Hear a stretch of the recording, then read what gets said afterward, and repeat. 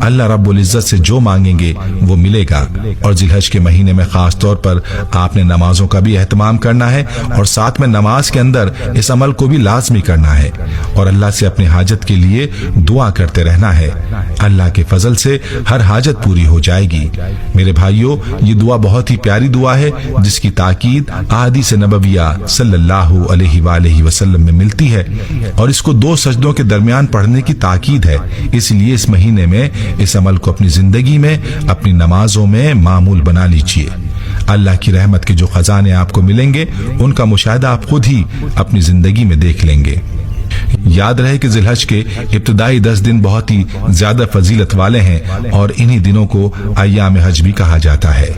اسی لیے چاہیے کہ ان دنوں میں اللہ تعالیٰ کی خصوصی عبادات کی جائیں، اللہ سے خوب دعائیں مانگی جائیں۔ اللہ سے دعا ہے کہ اللہ پاک ہر مسلمان کی جائز حاجات کو پورا فرمائے۔